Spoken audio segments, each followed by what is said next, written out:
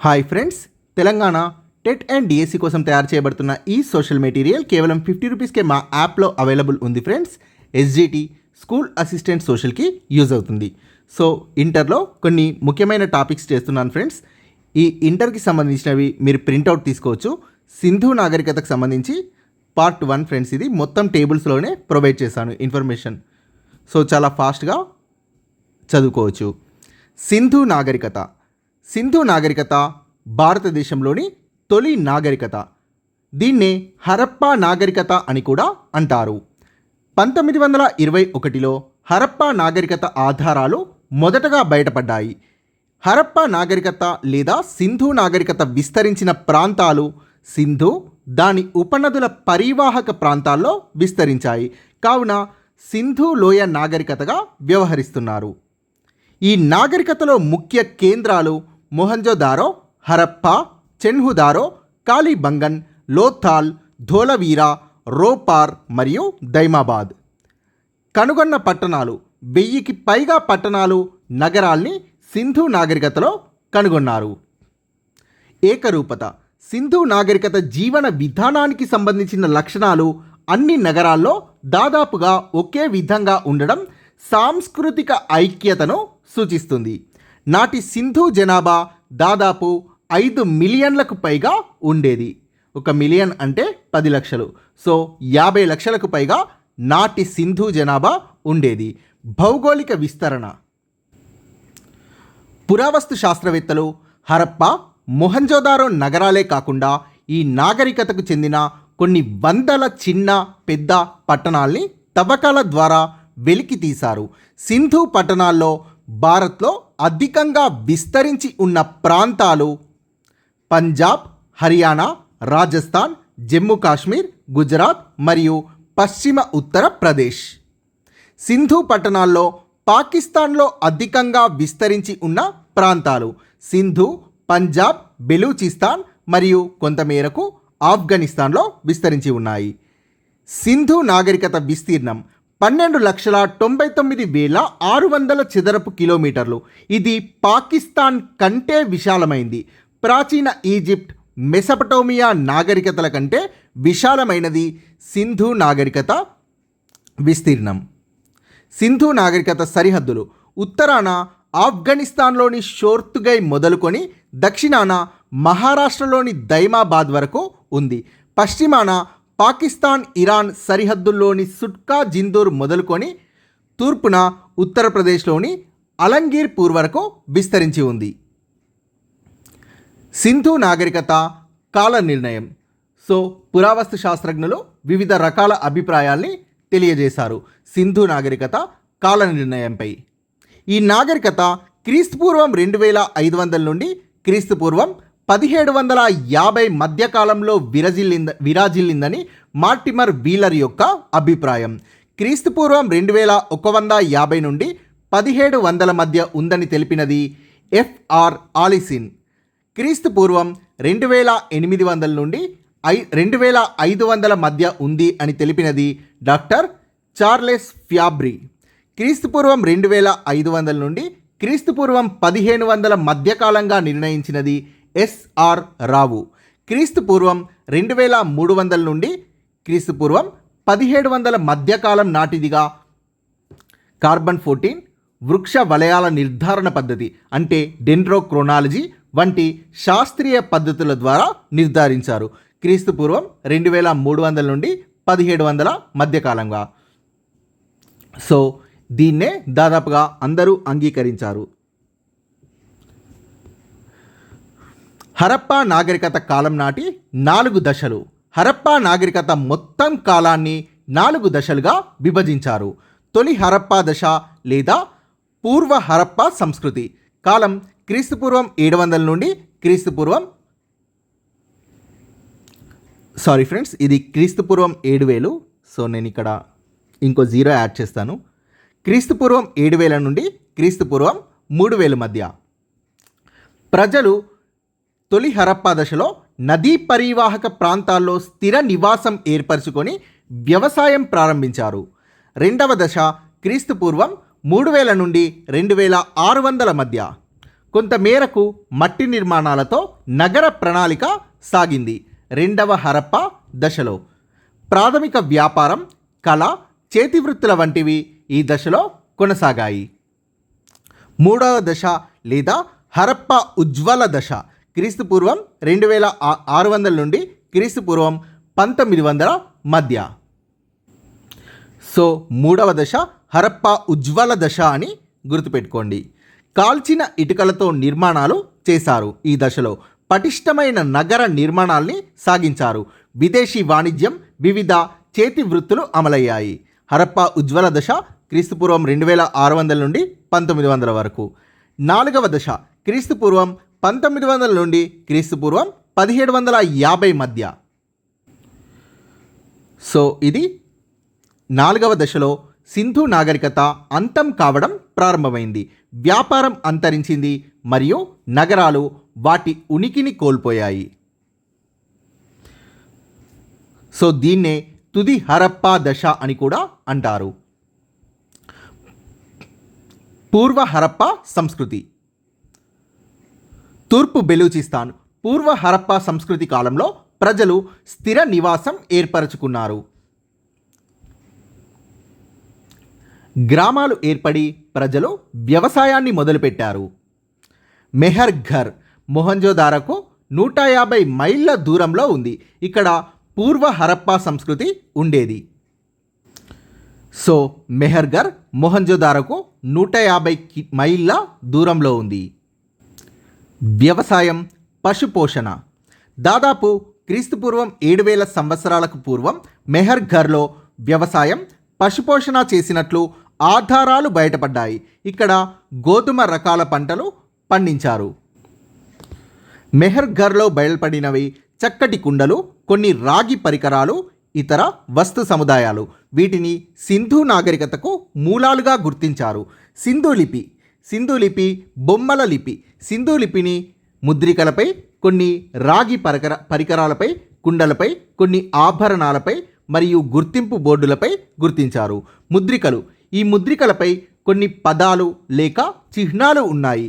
కొన్ని ముద్రికల్లో కుడి నుండి ఎడమవైపుకి రాయగా మరికొన్ని ముద్రికల్లో ఎడమ నుండి కుడివైపుకి రాశారు.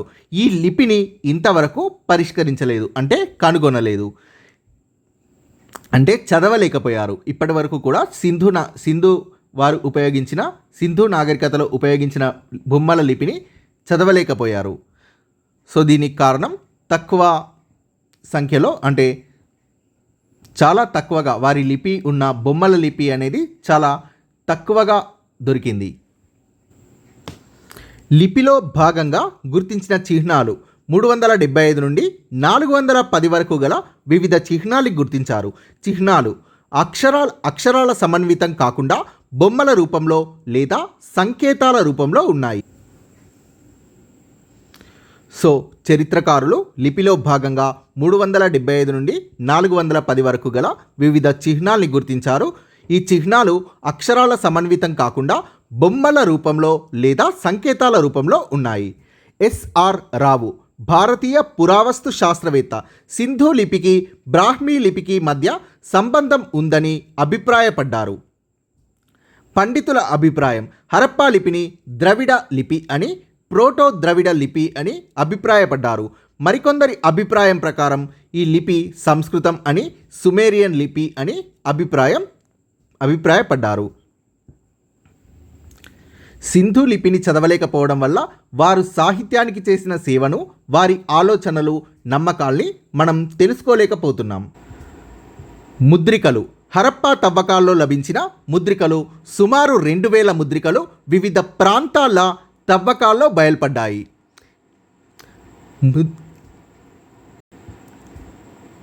ముద్రికలు అనేవి సాధారణంగా చతురస్రాకారంలో ఉండి స్టియటైట్తో చేయబడ్డాయి. ఇక్కడ చతురస్రాకారం అని మిస్ అయింది ఫ్రెండ్స్, నేను యాడ్ చేస్తాను పీడిఎఫ్లో. సో హరప్పా తవ్వకాల్లో సుమారు 2000 ముద్రికలు లభించాయి. ఈ ముద్రికలు స్టియటైట్ లేదా స్టీటైట్ అనే మృదువైన రాయితో తయారు చేయబడ్డాయి. ఈ ముద్రికలు సాధారణంగా చతురస్రాకారంలో ఉన్నాయి. ముద్రికలపై ఉన్నవి జంతువుల బొమ్మలు, సింధు లిపి గుర్తులు. ప్రత్యేకతను సంతరించుకున్న ముద్రిక మూపురం కలిగిన ఎద్దు మెడ నుండి కిందకు వేలాడుతున్న చర్మం, వెడల్పైన కొమ్ములతో చెక్కబడ్డ ముద్రిక ప్రత్యేకతను సంతరించుకుంది. అయితే ప్రధానమైన ముద్రిక అంటే కొమ్ములున్న శిరోవేష్టనం ధరించిన పురుష దేవత ఉన్న ముద్రిక. చాలా చాలా ఇంపార్టెంట్. పురుష దేవత 3 తలలను కలిగి యోగముద్రలో ఆసీనమై 4 జంతువుల్ని చుట్టూ కలిగి ఉంది ఈ పురుష దేవత. ఆ 4 జంతువులు ఏనుగు, పులి, ఖడ్గ, మృగం, గేదె. ఈ 4 జంతువులు చాలా చాలా ఇంపార్టెంట్. ఏనుగు, పులి, ఖడ్గ, మృగం, గేదె. దీన్ని చాలామంది చరిత్రకారులు పశుపతి లేదా శివుడిగా భావించారు ఈ పురుష దేవుణ్ణి, పురుష దేవతని. పట్టణ ప్రణాళిక. తొలి పట్టణీకరణకు అద్దం పడుతున్న నగరాలు మొహంజోదారో, హరప్ప, చెన్హుదారో, లోథాల్ మరియు ఇతర నగరాలు. నగర నిర్మాణం. సింధు నాగరికతలో ప్రత్యేకమైన అంశం నగర నిర్మాణం. నగర నిర్మాణ పద్ధతులు. సింధు నాగరికత ప్రధాన నగరాల్లో దాదాపుగా ఒకే రకమైన నగర నిర్మాణ పద్ధతుల్ని చేపట్టారు. కోట ప్రాంతం. హరప్ప, మొహంజోదారోల్లోని కట్టడాలు పశ్చిమ దిశలో కోటలు, ప్రహారీల్ని కలిగి ఉన్నాయి. కోటకు దిగువ ప్రాంతంలో తూర్పు వైపున నివాస ప్రాంతం ఉంది. కోటల ద్వారం పశ్చిమం వైపు కలిగి ఉండేవి. ఇవి విపత్కర సమయాల్లో ప్రజలకు రక్షణ కల్పించేవి. హరప్పాలోని కోట యొక్క పొడవు 1400 అడుగుల పొడవు, 600 అడుగుల వెడల్పు మరియు 40 అడుగుల ఎత్తు ఉంది. హరప్పాలోని కోట. హరప్పా కోట గోడ పునాదులు. ఈ పునాదుల వద్ద 45 అడుగుల వెడల్పు మేర ఇటుకల్ని ఉపయోగించారు. మొహంజోదారోలోని కోట పెద్ద భవనాల్ని కలిగి ఉంది. కాళీబంగన్. హరప్పా వలె కోట దిగువన ఇక్కడ నివాస ప్రాంతం ఉంది.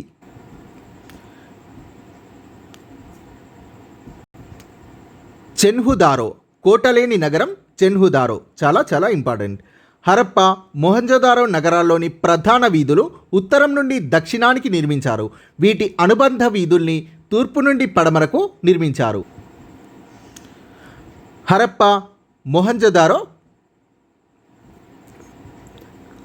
రహదారులు క్రమ పద్ధతి గల గ్రిడ్ పద్ధతిలో నిర్మించారు.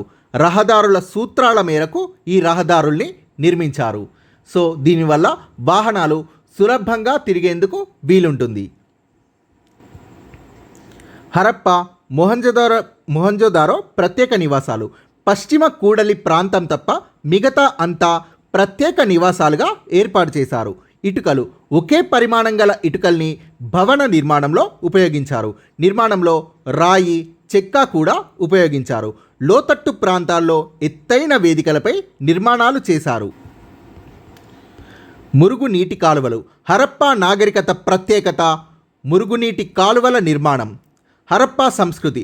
హరప్పా సంస్కృతిలోని అన్ని నగరాలు, పట్టణాల్లో చిన్న పెద్ద గృహాలు, ప్రహారీలు, స్నానపు గదులు కలిగి ఉండేవి.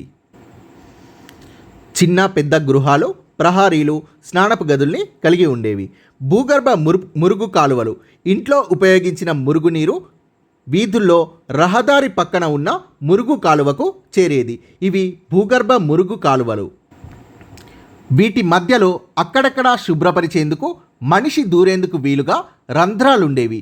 వీటిపైన మూతల్ని ఏర్పాటు చేశారు. వీటిని బట్టి హరప్పా వాసులు పరిశుభ్రత విషయంలో గొప్ప పరిణతి కలవారు అని చెప్పవచ్చు. ఇటుకల తయారీ. ఇటుకల తయారీలో సింధు నాగరికత ప్రజలు సిద్ధహస్తులు. ఇటుకల తయారీకి మట్టిని ఉపయోగించారు. ఇటుకల తయారీ కోసం 1:2:4 రేషియోలో ఉన్న అచ్చుల్ని ఉపయోగించారు. కాల్చిన ఇటుకలు. హరప్ప, మొహంజోదారో ప్రాంతాల్లో కలప సమృద్ధిగా దొరకడంతో ఇక్కడ కాల్చిన ఇటుకల్ని భారీ స్థాయిలో వినియోగించారు. ఎల్ ఆకారంలో ఉండే ఇటుకలు. స్నానపు గదులు, బావి చుట్టూ ఉండే కాలువలకు ఎల్ ఆకారంలో ఉండే ఇటుకల్ని వాడారు. ఎక్కువ అంతస్తులు ఉన్న గృహాల్లో నిలువు మురుగునీటి గొట్టాల్ని ఏర్పాటు చేశారు. స్నానాల గదులు వీధులకు ఆనుకొని నిర్మించారు. స్నానపు గదుల్ని. మహాస్నాన వాటిక. మొహంజదారో నిర్మాణాల్లో ప్రధానమైంది మహాస్నాన వాటిక. దీన్ని మొహంజదారో కోట లోపల నిర్మించారు.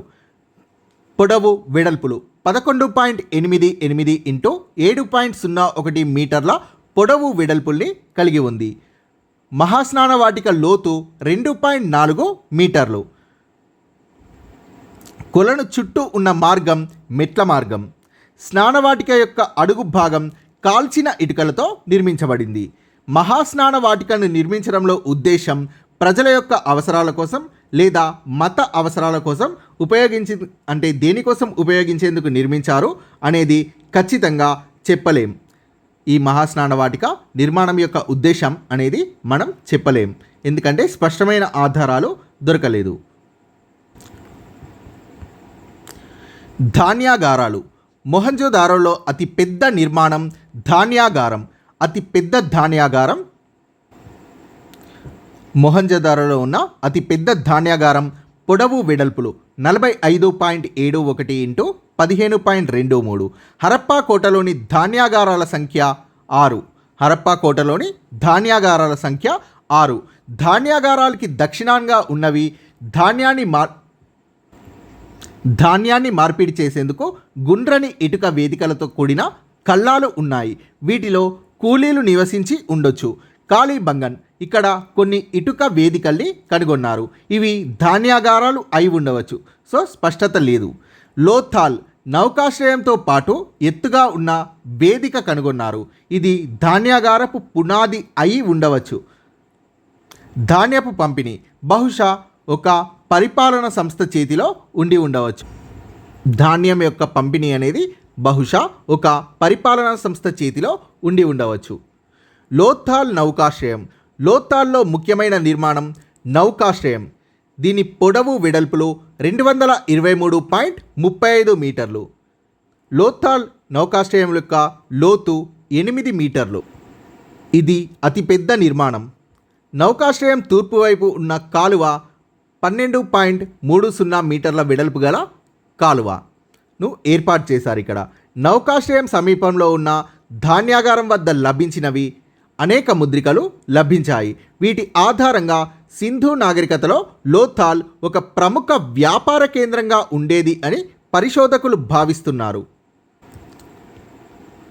So thank you friends, please subscribe this channel.